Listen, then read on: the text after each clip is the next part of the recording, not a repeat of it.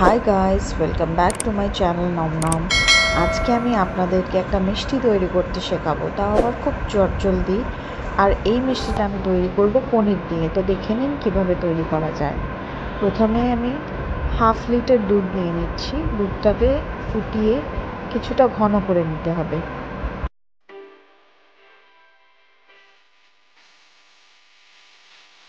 দেখুন দুধটা অনেকটাই ঘন হয়ে এসেছে।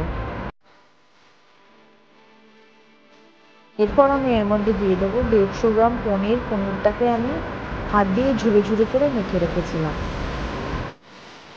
দুধের সাথে ভালোভাবে পনিরটাকে মিশিয়ে নেব।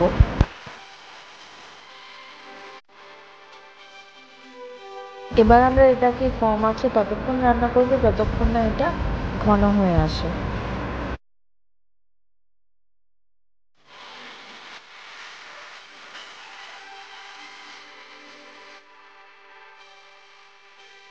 আপনারা দেখতেই পাচ্ছেন অনেকটাই ঘন হয়ে এসেছে।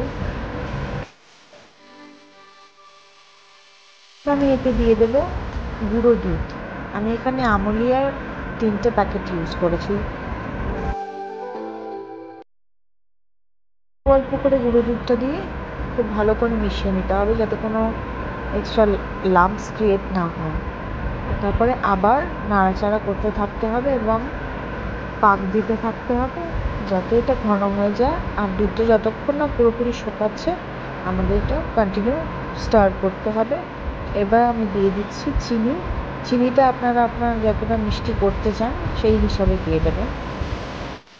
এবার আমি দিচ্ছি অল্প একটু ভ্যানিলা এসেন্স, যাতে একটা সুন্দর ভ্যানিলা ফ্লেভার হয় মিষ্টিটার মধ্যে। আপনারা চাইলে এলাচ গুঁড়োও দিতে পারেন। মিষ্টিটা আমাদের অলমোস্ট রেডি হয়ে গেছে। আর একটু শুকাবো, তারপরে নামিয়ে দেবো। পুরো ড্রাই এটা আমরা করবো না, তাহলে মিষ্টিটা একটা গুঁড়ো গুঁড়ো হয়ে যেতে পারে।